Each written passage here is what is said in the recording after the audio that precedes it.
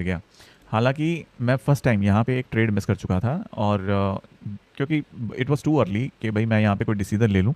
झटपट data change होता है, कोई उसमें रिलायबिलिटी भी नहीं होती उस समय डेटा में। लेकिन हाँ 15 से 25 राइट समय हो गया 10 मिनट का, तो 10 मिनट में कुछ ना कुछ तो डेटा में हमें समझ में आने लग जाता है। वास्तविकता में तो डेटा समझ में आता है अप्रॉक्सीमेटली अगर आपके 9:30 से 10 बजे के बीच में, ठीक है, उस समय डेटा में जो है वो स्थिरता बनती है, स्थिरता आने लग जाती है।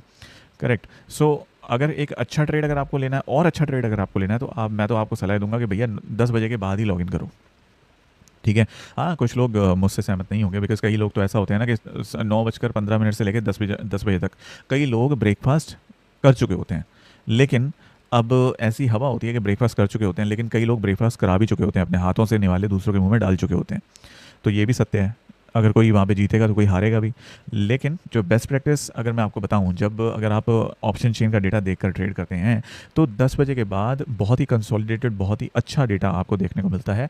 अगर आप नए हैं इस केस में, लेकिन अगर आप को ट्रेडिंग करते करते अच्छा खासा समय हो चुका है और आप समझते हैं बायर और सेलर की गतिविधियों को, उनकी चाल चलन को, तो डेफिनेटली आप 9:30 के बाद भी अच्छे ट्रेड ढूंढ सकते हैं ऑप्शन चेन के हिसाब से।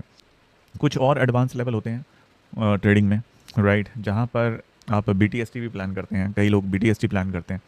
ठीक है, तो वो हो गया नेक्स्ट लेवल, वो हो गया प्रो लेवल। उसके बारे में कभी भविष्य में चर्चा करेंगे, क्या मैं लेता हूँ या नहीं लेता हूँ ऐसे ट्रेड, इसके बारे में भी भविष्य में चर्चा करेंगे। लेकिन अभी के लिए मैं आपको ये बता दूं कि यहाँ पर इस लेवल से एक बहुत अच्छा गिरावट हमें देखने को मिलता है।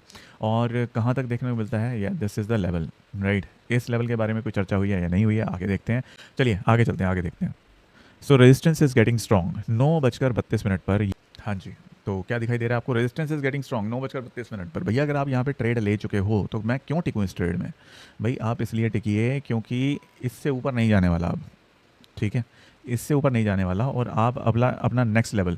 अब अगर आप ट्रेडिंग करते हैं तो कुछ कुछ ना लेवल्स होते हैं जो बड़े इंपॉर्टेंट होते हैं, और उन्हें समझने के लिए ना आपको ना ही किसी का कोर्स खरीदना है, ना ही कोई मोटी मोटी किताबें, बड़ी बड़ी किताबें पढ़नी है, और ना ही किसी इन्फ्लुएंसर को जाके सुनना है, राइट। अब उसके लिए कौन कौन से लेवल है मैं आपको वैसे ही बता देता हूँ। देखिए, सबसे पहले तो आपका जो डे का लो, सबसे पहला लेवल आप पकड़ लीजिए, डे का लो। ठीक है, कुछ लेवल्स जो कि बहुत इंपॉर्टेंट है उसमें है डे का लो। नंबर 2, पिछले दिन का हाई। नंबर 3, पिछले दिन का ओपन, पिछले दिन का क्लोज, और पिछले दिन का लो। तो ये 4-5 लेवल ऐसे होते हैं जो कि बहुत इंपॉर्टेंट होते हैं।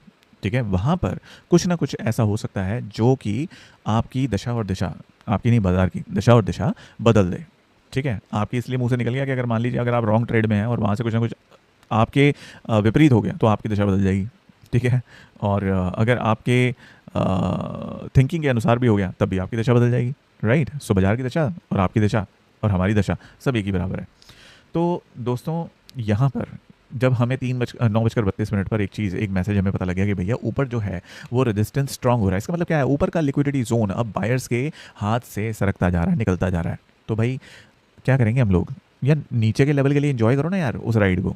ठीक है, अगर आप मेरी तरह स्कैल्पर नहीं है तो मैं तो भैया स्कैल्पर हूँ, मैं ऐसे राइड नहीं करता हूँ। सिंपल सी बात कि मैं बताऊँ कुछ और करूँ कुछ नहीं। भाई मैं हूँ स्कैल्पर व्यक्ति, मुझे तो 15 से 20 पॉइंट दिखते हैं, मेरे मुंह में पानी आ जाता है। ठीक है, मैं तो करता हूँ अपना बुक और निकल जाता हूँ ट्रेड से। ठीक है, कभी कभी प्रभु की असीम अनुकंपा होती है, प्रभु की कृपा होती है, जैसे ही मैं ट्रेड लेता हूँ वैसे ही एकदम से ब्लास्ट हो जाए, करेक्ट, मेरी डायरेक्शन में। तो अगर मुझे 30 point, 40 point, 45 point, 50 point right अगर मिलते हैं मुझे, तो वो प्रभु का आशीर्वाद है। ठीक है, लेकिन फिर भी मेरा माइंडसेट जो होता है वो स्कैल्पर माइंडसेट ही होता है। मुझे 20 पॉइंट मिलते हैं, मैं निकल जाता हूँ। मुझे नहीं चाहिए कि भाई मैं अब उसके अंदर और बैठूँ और जब यहाँ पे कंसोलिडेशन शुरू हो और मैं अपना खून फूकूँ, नहीं, वो समय चला गया। Once upon a time I was this kind of trader. तो हाँ जी, यहाँ पे क्या एक मैसेज आता है किसी भी ऑप्शन बायर के लिए कि भैया ऊपर कंसोलिडेशन, ऊपर जो लेवल है, जो रेजिस्टेंस है वो बहुत ज़्यादा स्ट्रांग होता जा रहा है, तो उसके लिए आप नीचे के लिए गति मान रहे हैं। कहाँ तक गति मान रहे हैं? नेक्स्ट इंपॉर्टेंट लेवल तक। नेक्स्ट इंपॉर्टेंट लेवल कौन सा है जी? डे का लो, ठीक है, या फिर प्रीवियस डे का लो, प्रीवियस डे का हाई, प्रीवियस डे का क्लोज, प्रीवियस डे का ओपन। ठीक है, तो ये कुछ लेवल्स हैं। तो हमारे लिए आज का लो जो था, यानी 29 तारीख का जो लो था वो था ये, और लो और ओपन दोनों ही सेम थे, तो ये और ज़्यादा इंपॉर्टेंट हो जाता है। तो यहाँ पर स्थिति बदल सकती है। या बदल दी जाएगी। तो यहाँ तक जो लोग मेरे नोट्स का सहारा लेते हैं अपनी एनालिसिस के लिए, तो वो लोग यहाँ तक बैठे, पूरा राइड किया इस चीज़ को और बहुत अच्छे से यहाँ से निकले। लेकिन एक सच बताऊँ बात, ज़्यादा पॉइंट्स ऐसा नहीं है कि भैया बहुत ज़्यादा पॉइंट्स उनको मिल गए हों कि हाँ भाई, शायद कईयों ने यहाँ बुक कर लिया था कि भैया ये तो वापस ऊपर जा रहा है, राइट, कईयों ने यहाँ बुक कर लिया था, ठीक है। तो जिस जिसकी जितनी कैपेसिटी है वो बुक करते चले, और जो यहाँ तक पहुँचे वो कहते हैं ना, वो बहुत ही ज़्यादा अपने आप में एक स्टेबल ट्रेडर्स हैं। तो यहाँ तक भी कई लोगों ने इसको बुक किया, ठीक है। अब आगे चलते हैं।